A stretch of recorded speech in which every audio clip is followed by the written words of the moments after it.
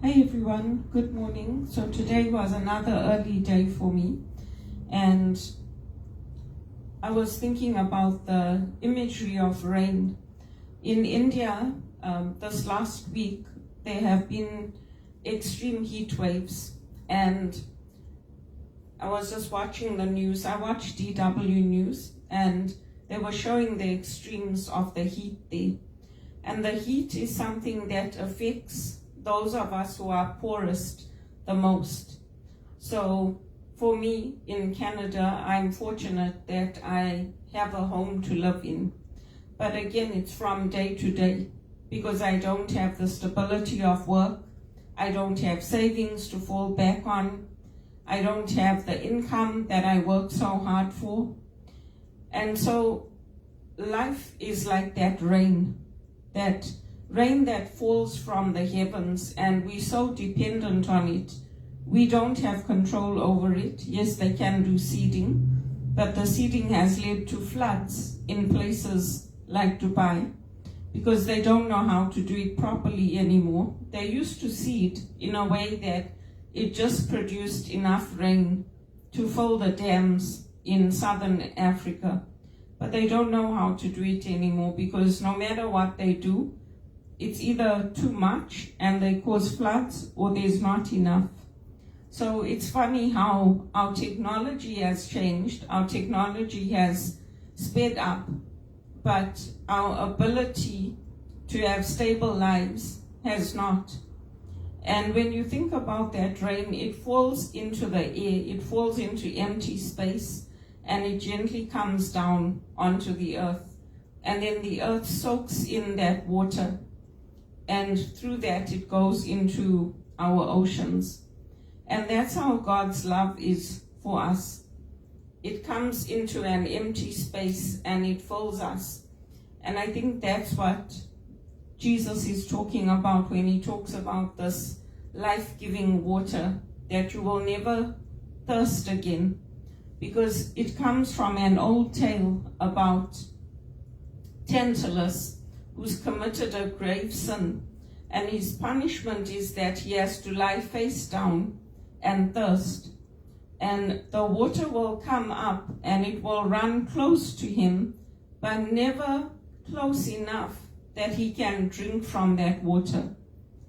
And Jesus turns this imagery round, which has been handed down through generations, to say that I have the words of eternal life, and if you drink from my cup, if you drink from my word, you will not thirst like that again. And so I think what he's talking about is that need for love, that need for approval, that need for having somebody there to show the way. And Jesus didn't have anyone to show the way, because from the time his ministry begins, when you see him going to the wedding feast at Cana, it's his mother who's instructing him. St. Joseph is not present in that story, so there's no male leadership in the home. And his mother is saying to him, they don't have any wine left. And he's a guest at this wedding, and he says to her, woman, what does this have to do with us? We are guests, basically, at this wedding. So why are you telling me? And then it doesn't elaborate on that. It's just that knowing that his mother knows, that he knows there's a need, and he's going to fulfill that. And he's going to take the ordinary and turn it into something extraordinary.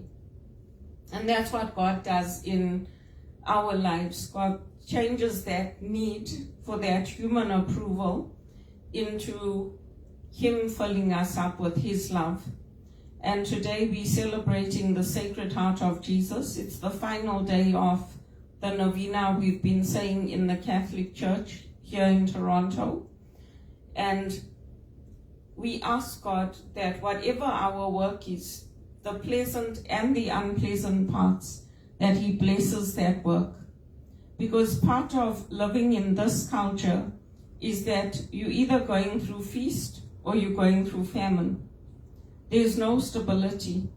Whereas if you grow up in Africa and you have your education, you have your skills, you have your network will ensure that you are never left in these kind of circumstances that I'm left in. They'll never leave you to just say, oh well, go and use the food bank, so I don't know what you're going to do. But the reality is that I'm treated this way because I don't have my dad with me. And people will tell me, they'll send me photos, here's your photo of your dad, like I don't know that that's my dad. So it's a very cruel way to treat me, and it's a very deliberate way.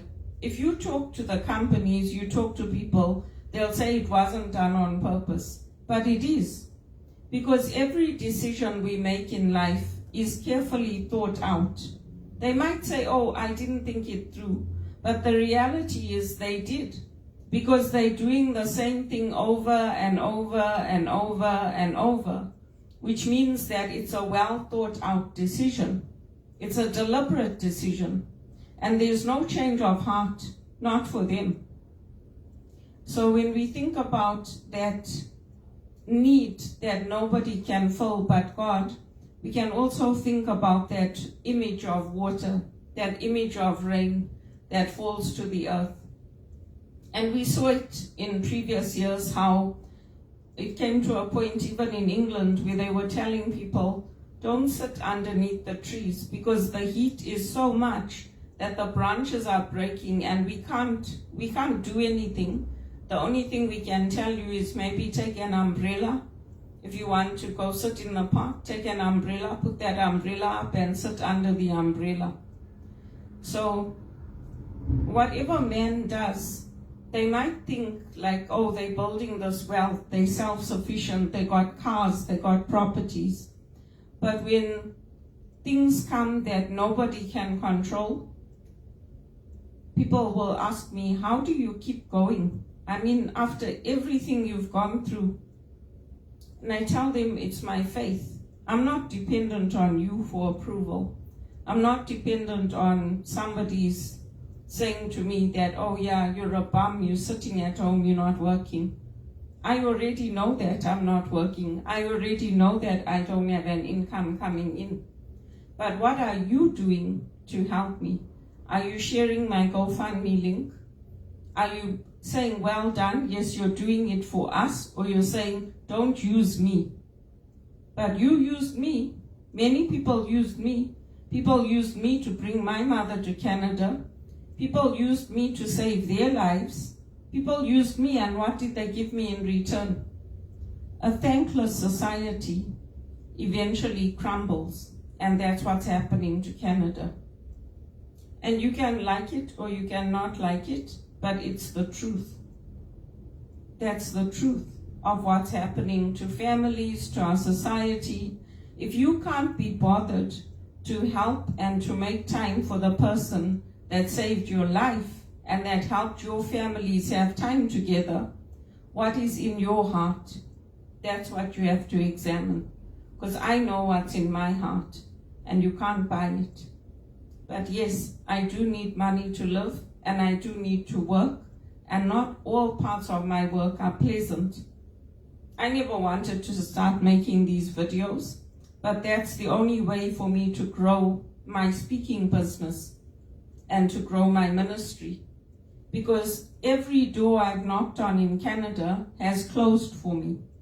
And every door that the priests and the deacons and the people at my church have tried to knock on to get me into a good paid job has closed for me. So I have to keep knocking on doors until I get that door that opens. But the water that's in my heart is not the water that Tantalus had. That's why we say something is tantalizing, because your mouth waters for it, but you can't have it. And it's the same with Jesus's water. You can't have it until you come to him.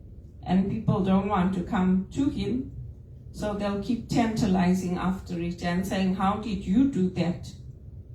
But you don't want Jesus, right? So stop asking how I did it.